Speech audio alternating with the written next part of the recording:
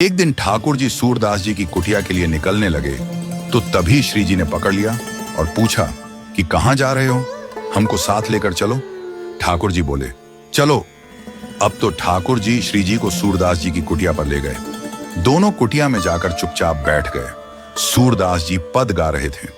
इतने में ही सूरदास जी को पता नहीं क्या हुआ कि अपनी लठियां उठाई और कुटिया के बाहर जाने लगे। सूरदास जी को बाहर जाता देख ठाकुर जी बोले श्री जी चलो वापस मंदिर चलें। श्री जी बोली इन बाबा की आंखें नहीं हैं तो थोड़ी दूर तक हम संग चलें, कहीं बेचारे गिर न जाएं।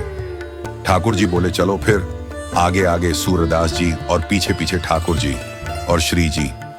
इतने में ही आगे एक विशाल गड्ढे में सूरदास जी गिर गए और श्री जी ठाकुर जी से बोली इनको बाहर निकालो।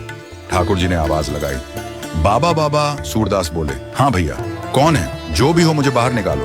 ठाकुर जी बोले मैं निकाल रहा हूं बाबा, मैंने अपना पटका फेंको है नीचे, आप उसको पकड़ो और मैं ऊपर खींच लूंगा। सूरदास जी ने जैसे ही पटका पकड़ा, पटके में से इत्र की सुगंधी सूरदास जी को आई और ये वही सुगंधी थी जो आज राजभोग में गोसाई जी ने ठाकुर जी को पराई थी। सूरदास जी समझ गए कि ठाकुर जी आए हैं। अब तो ठाकुर जी पटके से सूरदास जी को खींच रहे हैं और ठाकुर जी को श्री जी खींच रही हैं।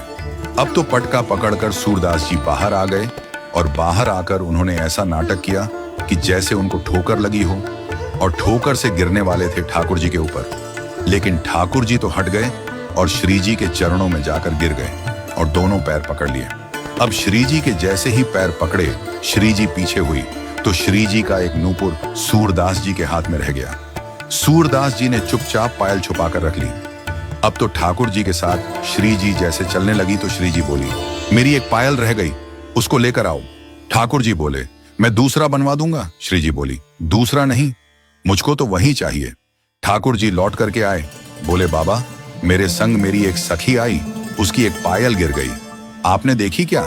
सूरदास बोले एक पायल है तो सही मेरे पास। और जैसे ही सूरदास जी ने पायल दिखाई, ठाकुर जी बोले हाँ बाबा यही है वो पायल। इतने में सूरदास जी ने पायल छुपा ली और बोले मैं कैसे मानूं कि ये तुम्हारी ही है, कहीं मैंने आपको दे दी और फिर कोई आ गए हो तो मैं असमंजस में पड़ जाऊंगा, पहले साबित करो कि ये आपकी ही है। ठाकुर जी बोले कैसे साबित करूं?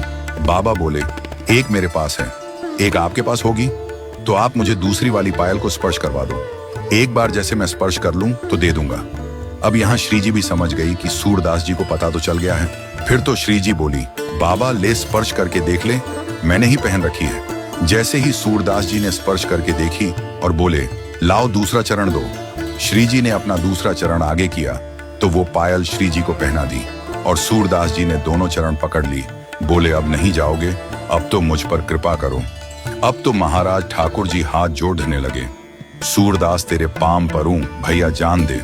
गोसाई जी बहुत नाराज होंगे, बोले ऐसे कैसे जान दूं? बोले आज दोनों युगल पधारे हों, कृपा करो, मेरे दोनों नेत्र प्रदान करो, आपके दर्शन करने की इच्छा है मेरी। श्री जी ने तुरंत सूरदास जी के नेत्रों पर हाथ फेर दिए और जैसे ही नेत्र खोल करके देखा तो सूरदास जी को प्रिया पीतम के दर्शन हो गए।